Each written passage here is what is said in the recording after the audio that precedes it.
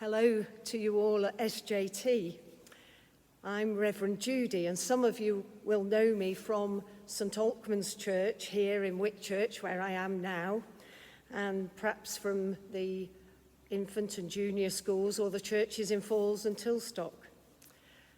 I'm really pleased that the Careers Fest is taking place again for you this year, and I've been asked to give you a bit of an introduction.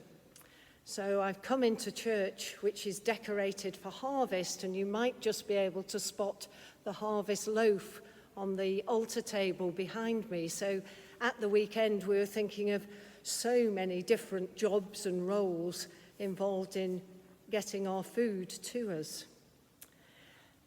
But in terms of the Careers Fest, I want to give you the introduction by talking about a friend of mine called Chris. Chris and I trained together to be veterinary surgeons at the Bristol Vet School. That training took 5 years, so we have plenty of time to get to know each other well. Chris is quite a character. He was involved in everything you could imagine, from rugby to singing, mentoring new students, organising parties, mud wrestling, and volunteering at the food bank. Chris always thought he would be a vet in general practice, like the ones here in Whitchurch, Berkeley Moor or Leonard Brothers. And most of the time, that is what he's done.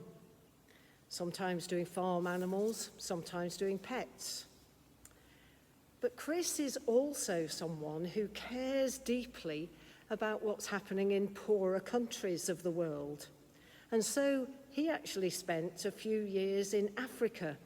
He went out to Tanzania and worked with farmers and vets there to improve their cattle farming, working to get herds of cattle in better health, important for both animal welfare and for farm productivity. So whilst it might be tempting to think that perhaps only those who are, teachers, doctors, nurses, can help in poorer countries, but whatever job you go into, there might well be a role for you, whether for a few weeks or a few months, or like Chris, a few years.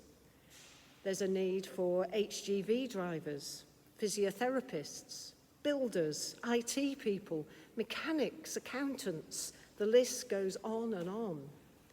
So you might remember this, perhaps when you're in your 20s or 30s. You could perhaps go and volunteer in a poorer country.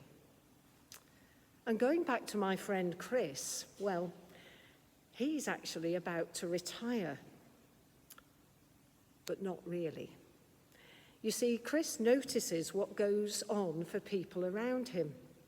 A few years ago, he knew that a vet from a neighbouring practice had fallen off a ladder and got some severe brain damage.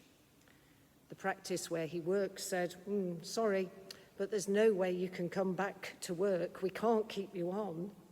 And so he lost his job. Chris heard about this and met up with him and said, well, when you feel up to doing a bit, come and have a chat and we'll see what we can do. A few months later, this man started doing just one afternoon a week, TB testing. And very, very gradually, he got back to full-time work.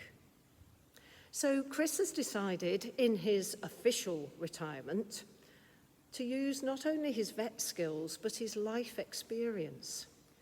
He's going to set up a new veterinary practice and use it to employ people who might struggle to get a job elsewhere. He's hoping to have perhaps somebody with learning difficulties to be a welcomer. There could be vets or vet nurses who need to gain confidence again after an accident, or perhaps who are struggling with mental health issues. And the same for those working on reception. I find Chris a massive inspiration. Maybe you will too. He's been a very, very successful veterinary surgeon. He's done well in the career he went into. but he's much, much more than that. He's a person who has great values and puts them into practice.